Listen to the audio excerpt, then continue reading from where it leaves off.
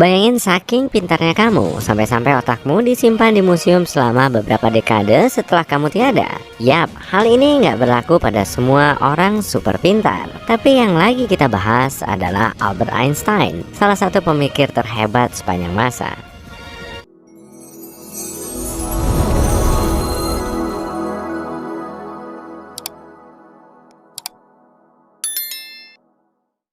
Mari mulai dari awal. Lihat kota di antara Stuttgart dan München itu, ada kota bernama Ulm, kampung halaman Einstein. Dia lahir pada tahun 1879. Itu adalah tahun yang sama ketika Thomas Edison mencoba bola lampu listrik praktis pertamanya. Dan tahun ketika 3 pemenang hadiah Nobel lainnya lahir. Kata orang, pasti ada sesuatu di tahun itu yang menciptakan orang-orang jenius di seluruh dunia. Tapi Einstein nggak selalu dianggap jenius. Bahkan orang tuanya mencemaskan kemampuan belajarnya saat dia masih kecil. Sampai berumur 5 tahun, Einstein belum bisa membuat kalimat lengkap. Butuh waktu lebih lama sebelum dia mulai bicara dengan jelas. Namun, dia adalah anak kecil yang selalu terpesona dengan dunia dan detail tentang cara kerja berbagai hal. Pada usia 5 tahun, hal besar lain juga terjadi padanya. Suatu hari, ayahnya memberinya kompas untuk dimainkan. Itulah kali pertama Einstein kecil melihat benda seperti itu. Dan dia menjadi sangat tertarik. Dia sangat terkejut, terutama saat melihat bagaimana jarum kompasnya selalu mengarah ke magnet utara bumi. Dalam autobiografinya, Einstein menulis bahwa ketertarikannya pada kompas membuatnya bertanya-tanya apa mungkin ada kekuatan tak terlihat di dunia ini. Dia mengingatnya sebagai momen yang sangat penting dalam pilihan karirnya di kemudian hari. Pada usia 15 tahun, Einstein sudah menguasai kalkulus diferensial dan integral. Kalau kamu kayak aku dan nggak tahu apa itu, anggap aja itu ada hubungannya dengan perhitungan panjang, luas, volume, dan kecepatan. Saat itu, remaja laki-laki ini mulai menunjukkan kejeniusannya di beberapa bidang ilmu. Namun, kesulitan di bidang lain, seperti pelajaran bahasa. Dia nggak terlalu suka sekolah dan sering digambarkan punya kepribadian kuat dan nggak ramah. Seorang guru karena bosan dengan amukan Einstein bahkan mengatakan dia nggak bakal jadi apa-apa. Nah, salah besar kan? Ketidakmampuannya untuk menyesuaikan diri di sekolah membuat Einstein putus sekolah pada usia 15 tahun. Langkah berikutnya adalah Swiss, tempat dia mendaftar ke Institut Teknologi Federal Swiss yang bergengsi. Dia mencoba masuk 2 kali. Pertama, dia gagal dalam ujian masuk. Dia mengerjakan soal ujian masuk matematika dan fisika dengan baik, tapi sangat buruk dalam bahasa, zoologi, dan botani. Masalah lainnya, ujiannya dalam bahasa Prancis. Dia melanjutkan studi sekolah menengahnya dan nilai sekolahnya yang mengejutkan itulah yang membuatnya masuk ke institut tadi. Dia masuk dalam program pengajaran 4 tahun bidang matematika dan fisika. Tahun-tahun ini terbukti sangat membentuk karir dan kejeniusan Einstein. Di sanalah dia bertemu calon istrinya, Mileva Maric, satu-satunya siswi di kelas fisikanya. Pada tahun 1900, Einstein lulus dan meraih diploma di kedua mata pelajaran tersebut. Einstein lah yang berkata, kalau kamu tidak bisa menjelaskannya secara sederhana, kamu belum cukup memahaminya. Baginya, kemampuan menjelaskan mata pelajaran rumit dengan cara sederhana adalah dasar dari pengajaran. Itu sebabnya dia mencoba menjadi guru di awal karirnya. Setelah lulus, dia melamar ke beberapa posisi akademik untuk mengajar matematika dan fisika, tapi tak kunjung diterima. Kemudian, setelah 2 tahun mencari, dia mendapatkan pekerjaan di kantor paten Swiss di Bern. Awalnya, Einstein nggak terlalu senang dengan tawaran yang dia dapat. Meski begitu, dia nantinya menghabiskan 7 tahun hidupnya di posisi ini.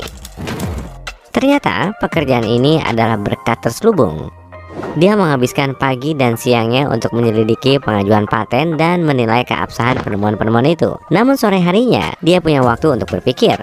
Pekerjaan itu nggak terlalu menuntut kecerdasan dan ini memungkinkan Einstein mendedikasikan waktu luangnya untuk apa yang dia sukai, yaitu meneliti fisika. Dan saat itulah segalanya mulai berubah bagi sang jenius paling terkenal di dunia ini. Suatu malam di musim semi tahun 1905, Einstein baru saja menyelesaikan jam kerjanya di kantor paten. Dia absen keluar dan naik tram pulang. Di tram itu, terjadi sesuatu yang sepenuhnya mengubah cara dia melihat cara kerja alam semesta di sekitarnya. Dia menatap keluar jendela tram.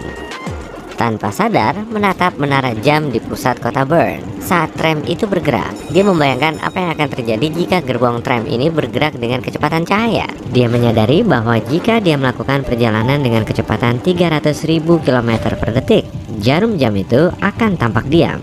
Pada saat yang sama, Einstein tahu bahwa di menara jam, jarum jam itu akan bergerak dengan kecepatan normalnya. Tapi dari sudut pandang orang yang bergerak dengan kecepatan cahaya, waktu akan melambat hingga hampir berhenti total.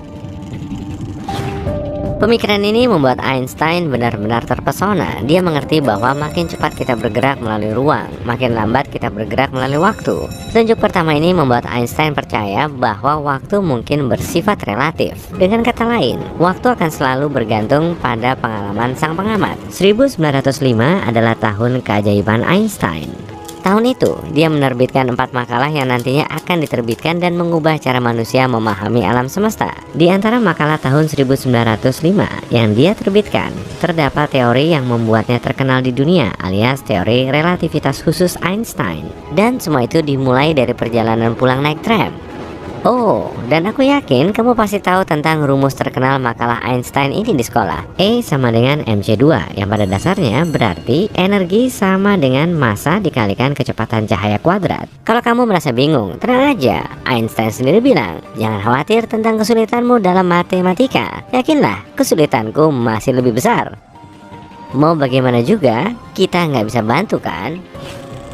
Pada tahun 1921, Einstein dianugerahi hadiah Nobel untuk teori cahayanya, tapi bukan untuk teori relativitasnya.